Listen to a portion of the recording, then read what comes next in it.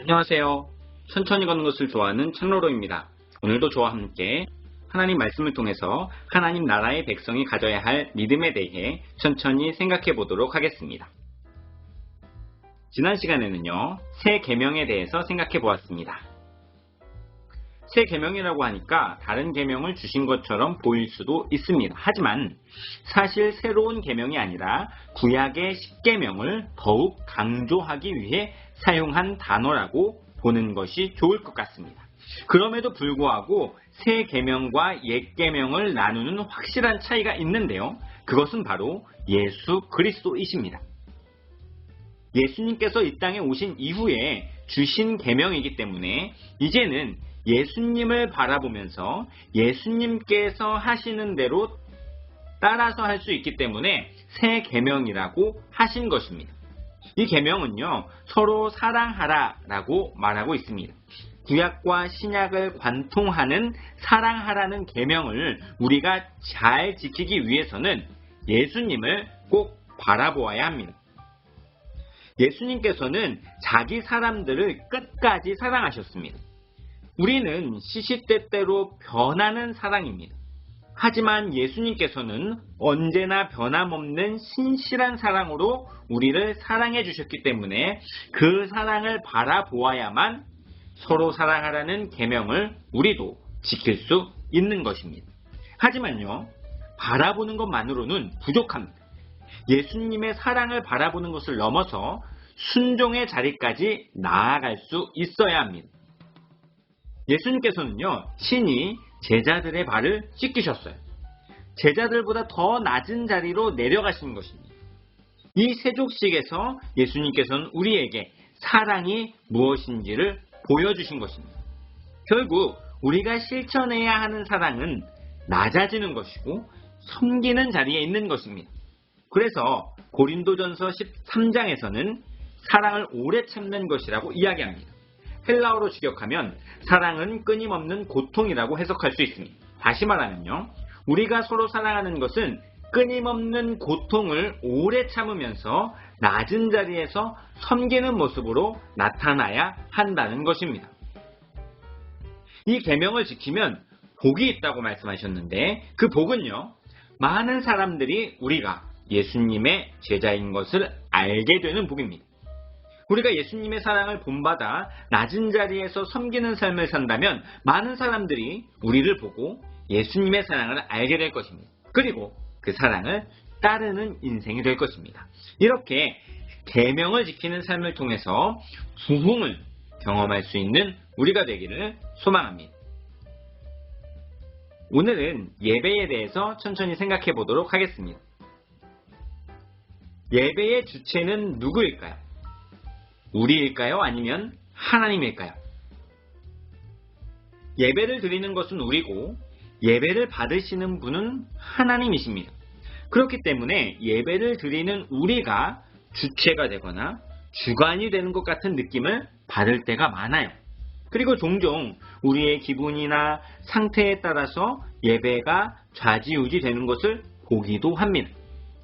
하지만 정반대, 예배의 주체는 하나님이십니다. 우리 마음에 흡족한 예배를 드리는 것이 아니라 하나님 마음에 흡족한 예배를 드려야 하기 때문입니다. 제사장 아론의 아들인 나답과 아비후는 예배의 주체가 누구인지를 분명히 알려주었습니다. 나답과 아비후가요, 제사장으로서 하나님께 제사를 드리러 가고 있는데 이 두 제사장이 하나님께서 명령하시지 않은 다른 불로 제사를 드리러 갔습니다. 하나님께서는 자신의 뜻대로 준비되지 않은 제사를 보시고 받지 않으셨어요. 게다가 다른 불을 가지고 제사를 드린 나답과 아비후는요, 하나님의 진노 가운데 있게 되었고 벌을 받아서 죽는 충격적인 사건이 레위기 10장에 기록되어져 있습니다. 레위기는요, 어떻게 제사를 드려야 하는지에 대한 내용이 구체적으로 기록되어져 있는 성경입니다. 그렇게 열심히 하나님께서 원하시는 예배의 모습이 무엇인지를 배웠던 제사장들이 하나님의 명령과는 다르게 제사를 드렸던 것입니다. 하나님의 명령과 다른 불이 어떤 종류의 불이었는지는 성경이 정확하게 언급하고 있지는 않습니다. 하지만 불의 종류가 중요한 것이 아니에요. 중요한 것은 하나님께서 명령하시지 않은 다른 불을 이 제사장들이 담아서 제사를 드렸다는 것입니다. 그렇다면 중요한 것은 하나님께서 명령하시는 것이 무엇인가 하는 것입니다. 레위기 10장을 중심으로 하나님께서 원하시는 예배의 모습에 대해서 천천히 생각해 보도록 하겠습니다. 첫 번째, 하나님께서는 인생의 문제보다는 하나님과의 관계의 문제를 더 중요하게 여겨야 한다고 말씀하십니다. 아론의 아들들이 죽었어요. 이유를 불문하고 가족들에게는 정말 가슴이 아픈 일이었을 것입니다. 하지만 아론은요, 아무 말도 하지 않습니다. 게다가 아론의 다른 아들인 엘르아살과 이다말에게는 머리를 풀거나 옷을 찢지 말라는 명령도 떨어졌습니다. 어떤 의미일까요? 그 문제로 슬퍼하지 말라는 것입니다. 대신 하나님께서 치신 불로 말미암아 슬퍼하라고 성경은 강조하고 있는데요. 우리가 살아가는 인생에 예고 없이 다가오는 사건, 사고들로 인해서 슬퍼할 수는 있지만 더 중요한 것은 하나님과의 관계가 어그러지고 있다는 것. 하나님의 뜻을 저버리고 불순종하고 있다는 것에 대한 애통함과 눈물, 슬픔이 있어야 한다는 것입니다. 우리가 드리는 예배 안에서의 그 애통함이요, 인생의 문제로만 한정되지 않도록 주의하시기를 바랍니다. 예배에 나와서 이런 문제가 있으니 도와주세요, 저런 문제가 있으니 해결해 주세요, 이렇게 눈물 흘리며 간구하기만 한다면 그것은 어쩌면 다른 불일지도 모릅니다. 하나님께서 명령하신 불은요, 우리와 하나님과의 관계가 어그러진, 그래서 우리의 영혼의 상태가 피폐해진 그것에 대한 애통함이어야죠. 하나님의 뜻이 무엇인지 알고 있음에도 불구하고 그 뜻대로 순종하지 못하는 우리 인생에 대한 눈물이 바로 하나님께서 명령하시는 불입니다. 우리는 그 불을 가지고 하나님 앞에 나아갈 수 있어야 할 것입니다. 두 번째, 예배를 향한 하나님의 명령은 정결한 삶입니다. 성경은 회막에 들어갈 때에 예배를 드릴 때죠, 포도주나 독주를 마시지 말라고 명령하시면서 거룩하고 속된 것을 분별하며 부정하고 정한 것을 분별해야 할 것을 강조하고 있습니다.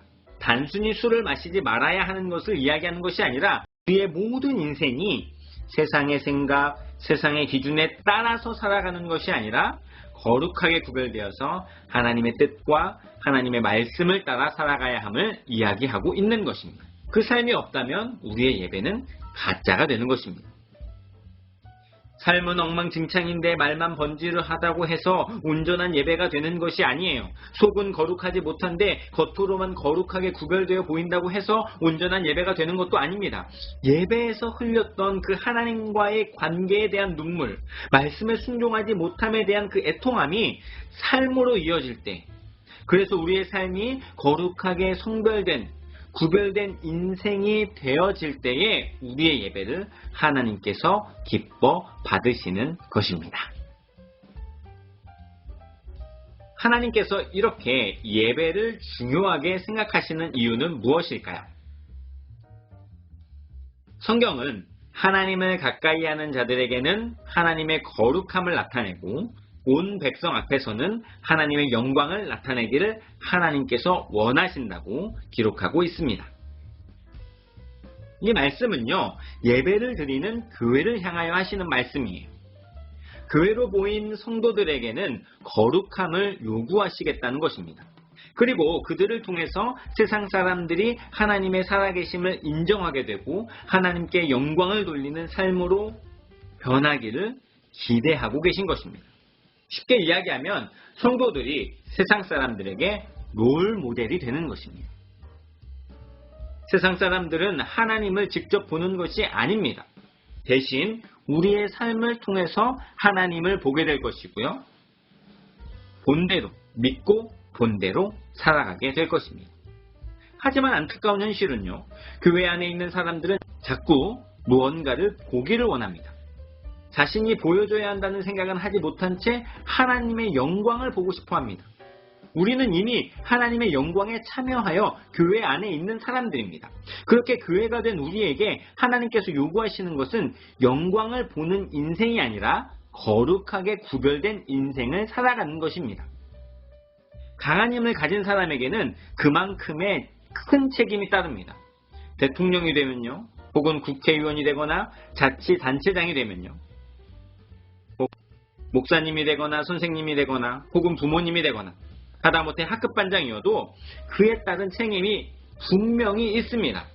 평범하게 살 수 있는 것이 아니에요.